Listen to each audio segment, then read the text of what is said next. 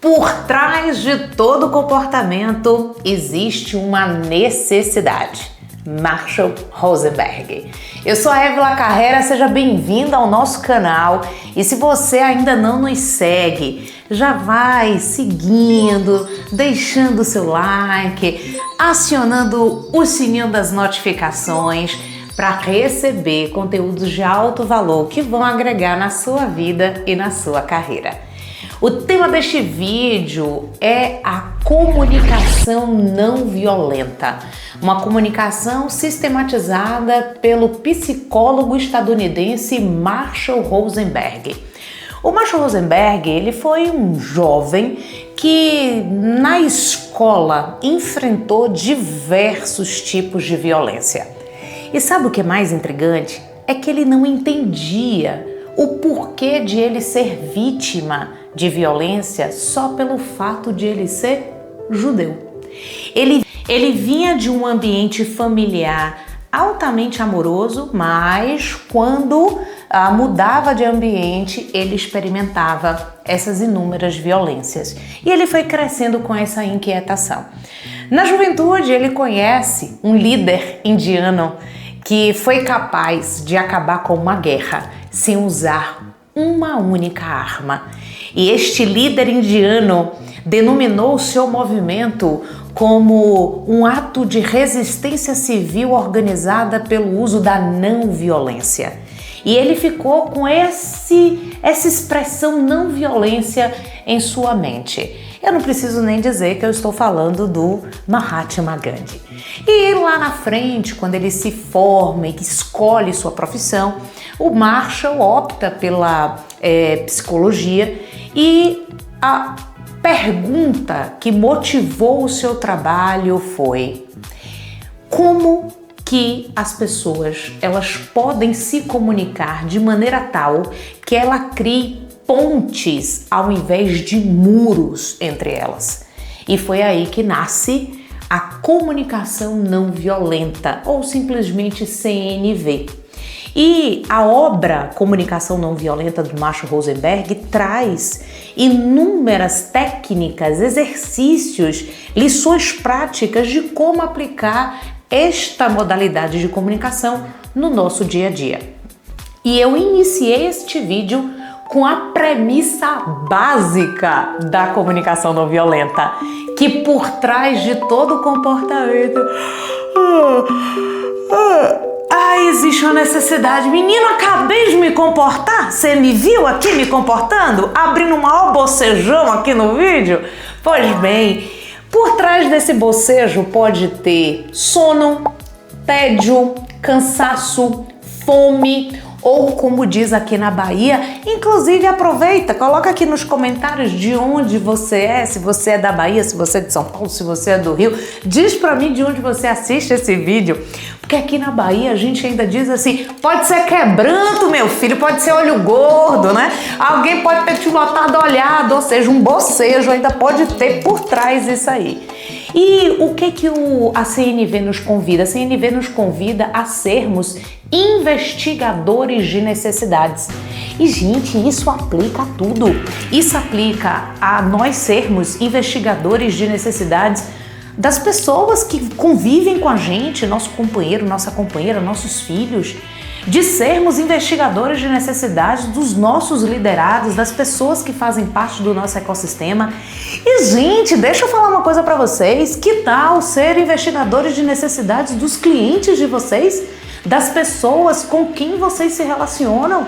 Então vejam que a CNV dá para aplicar em muita coisa. E aí vem a segunda premissa da comunicação não violenta, que por trás de todo ato violento existe uma necessidade não atendida.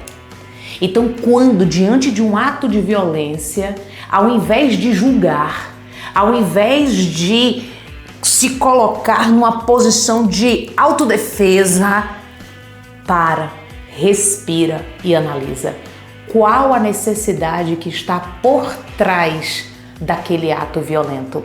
E o ato violento, ele pode ser um tom de voz mais ríspido, pode ser um gesto, pode ser, de fato, uma agressão. Então a ideia é qual é a necessidade que está por trás daquele ato violento. E aí você consegue enxergar a causa e não fica apenas no sintoma. Porque quando a gente fica só no sintoma, ai que fulano falou assim comigo, ai que Beltrano me magoou, ai que fulano me olhou torto, você não resolve o problema de ninguém. E a comunicação não violenta, ela se baseia em 2 eixos. O eixo da empatia e o eixo da autenticidade. No eixo da empatia, não vem com essa historinha de empatia é se colocar no lugar do outro, é calçar os sapatos do outro. Para com isso, porque eu calço 39 e você calça 36. Se você calçar o meu sapato, vai ficar grande. Se eu calçar o seu, vai ficar pequeno.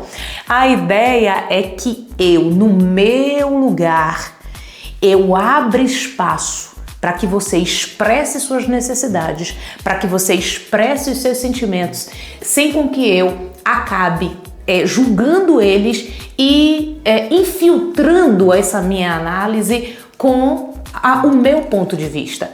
É muito comum a gente falar assim, ai, porque se fosse eu no seu lugar, cara, tu não é eu, então não tem que falar isso. Isso não é empático.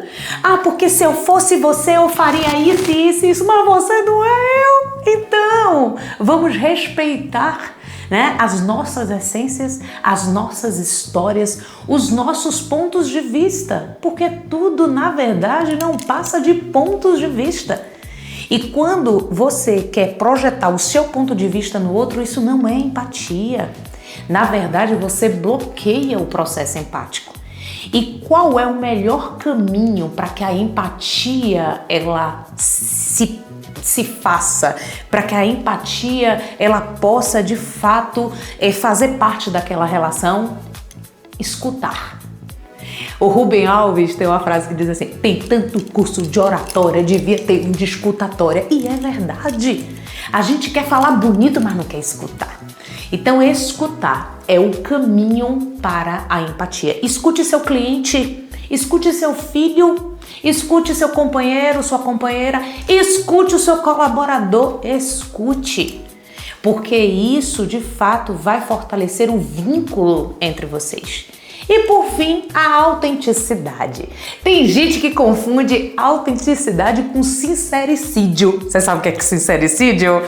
Sincericídio é, pois eu sou assim mesmo, falo o que me dá vontade, dou a quem doer. Eu não sou de 2 caras, o que eu sinto eu falo mesmo. Isso não é autenticidade, querida, isso é sincericídio, ou seja, você assassina o relacionamento, né? Em nome de uma verdade, que eu não sei para quem é essa verdade, e você acaba fulminando as suas relações em prol de impor o seu ponto de vista, impor a sua verdade, e isso acaba fulminando relações, climas organizacionais, famílias.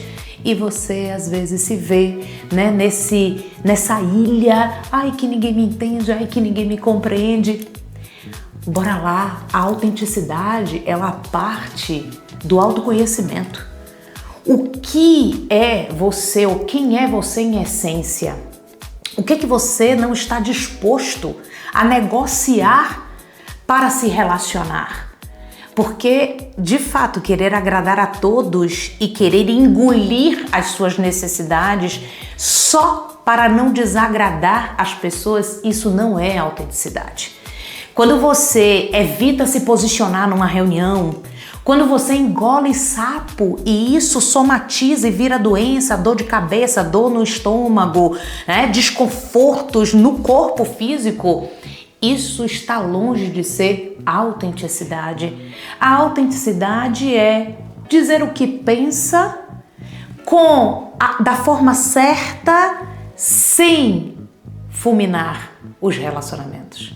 É você externar aquilo que você acredita sem colocar em xeque as suas relações. E eu faço um convite nesse vídeo. Como anda a sua comunicação? Como que você se autoavalia? Será que você tem tido uma comunicação não violenta com você mesmo? Será que você tem tido uma comunicação empática com as pessoas que fazem parte do seu ecossistema? Se você quiser saber como é que está a sua comunicação, eu vou deixar um link aqui nesse vídeo para um diagnóstico de comunicação. É um encontro ali rápido de 30 minutos em que nós aplicamos uma ferramenta para que você possa se autoavaliar e ver se a sua comunicação está contribuindo para a sua carreira, para o fortalecimento da sua autoridade, para aquilo que você quer realmente experienciar na sua vida, tanto pessoal quanto profissional. E a gente se vê no próximo vídeo. Clica no link, agenda seu diagnóstico e vamos seguir conectados por aqui, avançando, trabalhando essa habilidade tão importante que é a comunicação.